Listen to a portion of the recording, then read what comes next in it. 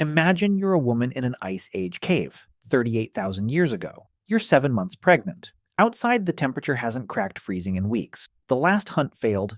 The one before that failed too. Your body is now the only food reserve your unborn child has, and it's shrinking by the day. You don't know it, but you're losing a race. If your fat stores run out before the thaw, your milk fails before your baby is even born. If they run out further, your own organs start breaking down for fuel.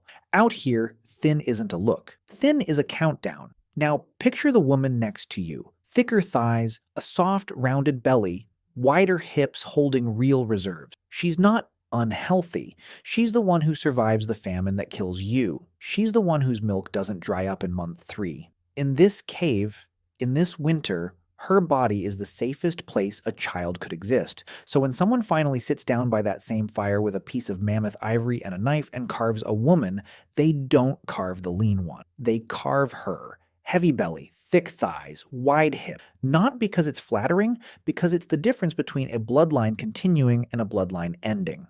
Today we look at that same shape and reach for a diet plan. Back then, people looked at it and reached for a chisel, because for most of human history, the fat you're trying to lose right now was the single most valuable thing a human body could carry. 26,000 years ago, somewhere in what is now the Czech Republic, a person sat by a fire with a piece of mammoth ivory and carved a woman. Not a thin woman, not an athletic hunter with a spear, a woman with a heavy round belly, thick thighs, wide hips, and breasts resting on soft folded skin. Every curve is exaggerated. Every fold is deliberate. Whoever made her wasn't guessing what a fuller body looked like. They had seen one and they carved it with the kind of anatomical accuracy you only get from careful observation. Now, here's the part that should stop you. This was the Ice Age. Glaciers were crawling across Europe. Food was unpredictable, winters lasted half the year, and starvation was one bad hunting season away for everyone. And in the middle of that, someone spent hours of scarce daylight and scarce fuel carving a woman who looks, by every modern medical definition, overweight. So the question isn't really, were ancient humans ever fat? The question is why, in the middle of the harshest climate our species has ever lived through, being fat became something worth immortalizing in stone. Today, fat carries a very specific meaning. It's treated as a failure of discipline, a health risk, something to apologize for, or hide. So most people assume our ancestors were the opposite.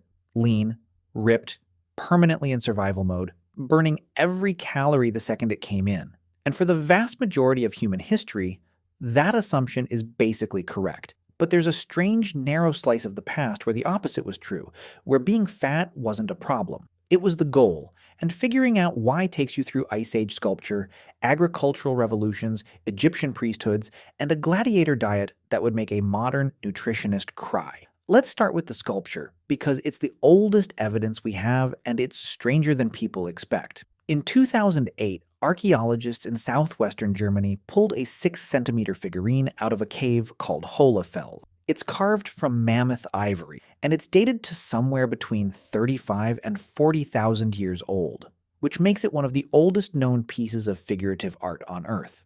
Older than farming, older than pottery, older than almost anything else humans ever made on purpose. And what did our species choose to carve the very first time we tried to represent a human body in art? Not a hunter, not a warrior, a woman with an exaggerated, heavy, fat body. She's not alone. About 10,000 years after Hohlefels, someone in Austria carved the most famous version of this figure, the Venus of Willendorf, a small limestone woman with the same features turned up even further. Big stomach, wide hips, no face, no feet. Nothing that identifies her as a specific person, just body. And this wasn't a one-off. Archaeologists have found dozens of these figurines scattered from France to Russia, spanning roughly 38,000 to 14,000 years ago. Almost all of them sharing the same exaggerated, fuller-bodied features. Whatever this was, it wasn't a personal preference of one artist in one cave. It was a pattern that held across an entire continent for over 20,000 years. For a long time, the explanation was simple. Fertility symbols, beauty, motherhood, and that's probably part of it. But in 2020, a team led by Richard Johnson at the University of Colorado did something nobody had tried before. They measured the actual proportions of dozens of these figurines, waist to hip, waist to shoulder, and then mapped where each one was found relative to the Ice Age glaciers. and a pattern showed up that nobody expected. The closer a figurine's origin site was to the advancing glacier line, the more exaggerated the body. The further away, in warmer, more food-secure regions, the leaner the figurines got. As the climate warmed later and the glaciers retreated, the figurines got thinner too. Read that again. This wasn't random variation. Body fat in the carvings tracked climate stress with something close to precision. Johnson's theory is that during the harshest, coldest, most food-insecure stretch of the Ice Age, extra body fat on a woman wasn't just attractive, it was survival technology. Fat insulates against cold. Fat is a stored energy reserve that gets a pregnancy through months when hunting fails. Fat keeps milk production going when a mother's own food intake is unreliable. In a world where a bad month could kill an unborn child or dry up a nursing mother's milk, a body that could store and hold onto fat wasn't a flaw. It was the single best insurance policy evolution could offer, so people carved it, carried it, and probably worshipped it because it represented the difference between a family surviving the winter and not. But here's where you have to be careful, because it's easy to walk away from that and assume Ice Age Europe was full of overweight people. It almost certainly wasn't. The Venus figurines are art, not photographs, and art exaggerates the things a culture cares about most. The most reliable evidence for what actual hunter-gatherer bodies looked like doesn't come from carvings, it comes from skeletons and from the handful of hunter-gatherer societies that still exist today. Groups like the San people of the Kalahari or the Batek in Malaysia. Almost universally, these are small, lean, muscular populations. Obesity in the clinical sense, a body mass index over 30, is almost non-existent in hunter-gatherer groups, ancient or modern, because the lifestyle simply doesn't allow it.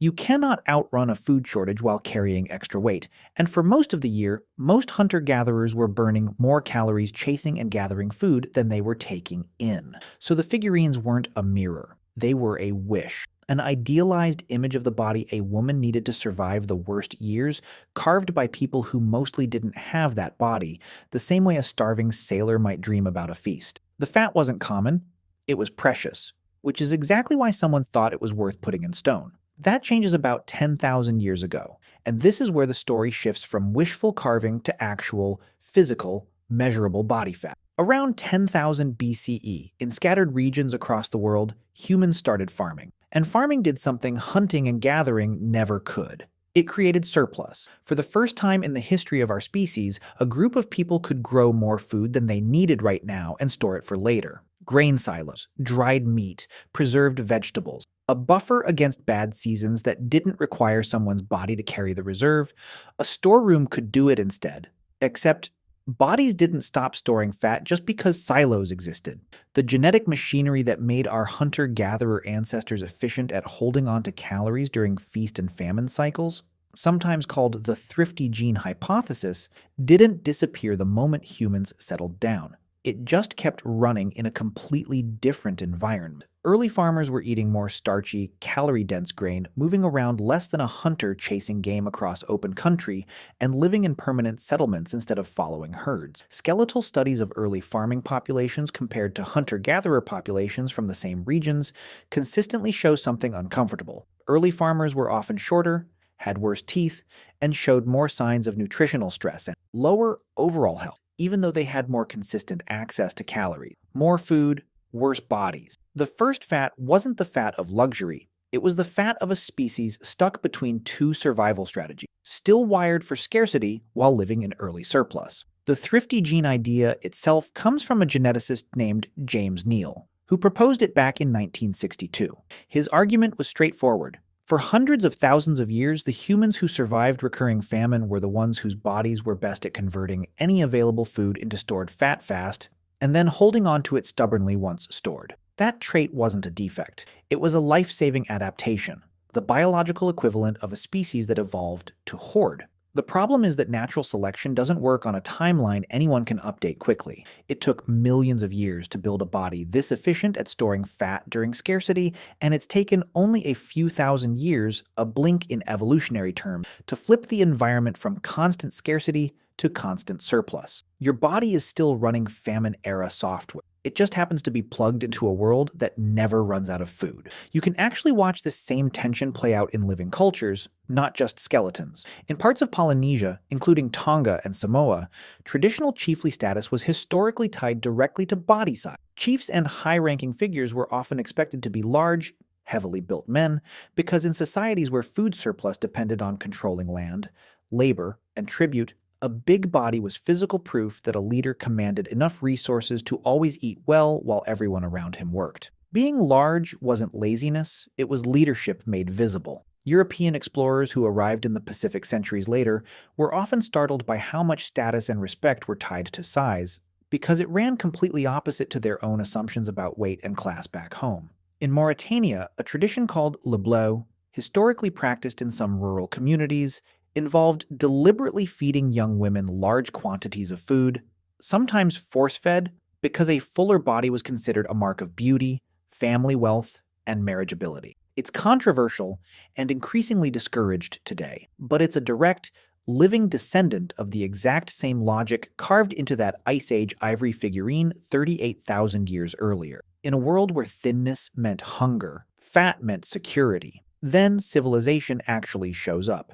And this is where fat stops being a survival strategy and starts becoming something else entirely, a signal. Look at ancient Egypt. In 2009, a research team launched something called the Horus Study, using CT scanners on 52 mummies ranging from the Middle Kingdom through the Greco-Roman period. What they were looking for was atherosclerosis, hardened, clogged artery, a disease everyone assumes belongs entirely to modern fast food and modern sedentary life. Nearly half the mummies they scanned had it, or probably had it. One of them, a princess named Ahmose Mariette Amon, who lived around 1550 BCE, had calcification patterns severe enough that researchers believe she likely died of what we'd now call a heart attack.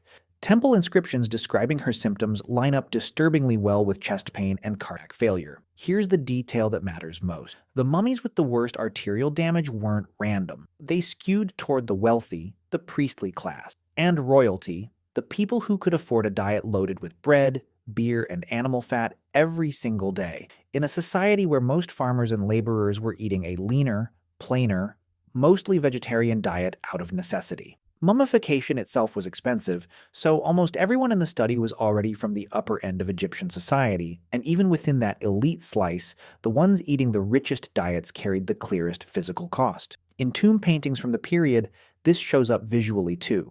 Officials and scribes are sometimes depicted with soft, rounded bellies, a detail that art historians generally read as a quiet status symbol, proof that a man had eaten well enough for long enough that his body showed it. In a world where most people were thin because they had no choice, carrying visible weight meant you had a choice. The Greeks and Romans inherited that same logic, but they were far more anxious about it. Hippocrates, writing his medical aphorisms around the 4th century BCE, warned that people who were naturally corpulent tended to die suddenly more often than lean people did, an observation that lines up eerily well with what modern cardiology understands about obesity and sudden cardiac events, made over 2,000 years before anyone had a word for cholesterol. Roman writers treated excess weight as a moral failing as much as a physical one, evidence of gluttony, weakness, self-indulgence. The opposite of the disciplined soldier-citizen ideal Rome liked to imagine itself producing. And then there's one of the strangest, most specific pieces of evidence for intentional fat in the ancient world: Roman gladiators. Bioarchaeologists studying skeletal remains from a gladiator cemetery in Ephesus, in modern-day Turkey, found isotope signatures pointing to an almost entirely vegetarian diet, heavy in barley and legumes, so heavy that Roman sources nicknamed gladiators hordeari, which translates roughly to barley eaters. Researchers studying that bone chemistry proposed something counterintuitive. This carb-heavy diet likely built a thick layer of subcutaneous fat over the muscle. Not for looks, for protection. A padded layer of fat over the torso could absorb a cutting blow without necessarily reaching anything vital underneath, and could keep a fight visually dramatic, plenty of blood from a surface wound, without ending it in the first exchange. If that theory holds, ancient Rome had already figured out something modern boxers and fighters still use padding and cutting weight to manage, that a strategic layer of fat can be armor, not weakness. It's a strange thought that the most violent entertainers in the ancient world may have been deliberately fattened up before stepping into the arena, less like the lean, chiseled statues we picture today, and more like padded professional athletes, built for a very specific job that had nothing to do with looking good, and everything to do with surviving one more fight. So pull all of this together, and the picture gets a lot more complicated than cavemen were lean, we got fat later. Fat shows up in the human story almost immediately, but every time it does, it means something different. In the depths of the Ice Age, it was carved into figurines as a survival ideal for pregnancy and nursing during the worst climate stress our species has faced, precious and rare precisely because almost nobody actually had it. With the arrival of farming, it became an accidental byproduct. Ancient bodies still wired for feast and famine suddenly handed a starchy, calorie-dense, low-effort diet they weren't built to metabolize safely. In Egypt, it turned into a status symbol, visible proof that you were wealthy enough to eat richly every day in a world where most people couldn't. In Rome, it became something closer to engineering, a deliberate layer built onto gladiators for a very specific tactical reason. What almost never happened across any of these eras is what exists now. A world where excess weight is the default outcome for entire populations rather than the rare privilege of royalty, priests, professional fighters, or chiefs. For nearly all of human history, the difficulty was getting enough calories, not managing an excess of them. Evolution spent hundreds of thousands of years optimizing the human body to crave fat, crave sugar, and hold on to every spare calorie because the next food source was never guaranteed. That system worked brilliantly when food was scarce and unpredictable. It's the same system running today, except now it's operating inside a world of constant, guaranteed, calorie-dense abundance, a permanent feast with no famine ever coming to balance it out. And that mismatch is really the whole story. Every example, the Ice Age carvings, the early farmers, the Egyptian priests, the barley-fed gladiators, the Polynesian chiefs, points to the same underlying rule. Throughout almost all of human history, fat was hard to get and easy to lose. So whenever a body or a culture managed to hold on to it, that was treated as remarkable, worth carving, worth painting on a tomb wall, worth building an entire diet around. The rarity is what gave it meaning. Scarcity is what turned it into status, into fertility, into protection, into art. Take the scarcity away, hand every single person on the planet effectively unlimited access to cheap calories every day of the year, and the same trait that once marked out a chief, a priest, or a well-fed mother stops being rare enough to mean anything at all. It just becomes ordinary. The biology never changed. The math around it did. So when you look at that 6-centimeter ivory carving from Hohlefels, 38,000 years old, carved by someone crouched over a fire in the middle of an ice age, you're not looking at evidence that ancient people were overweight. You're looking at the opposite. You're looking at proof of exactly how rare and how valuable body fat was. So rare that when someone finally saw it, they thought it was worth capturing forever in stone. What we now spend billions of dollars trying to lose, they once spent hours by firelight trying to carve, because it meant a mother and a child might survive the winter. The body hasn't changed nearly as much as the world around it has. We're still running Ice Age software. We just gave it a supermarket instead of a glacier.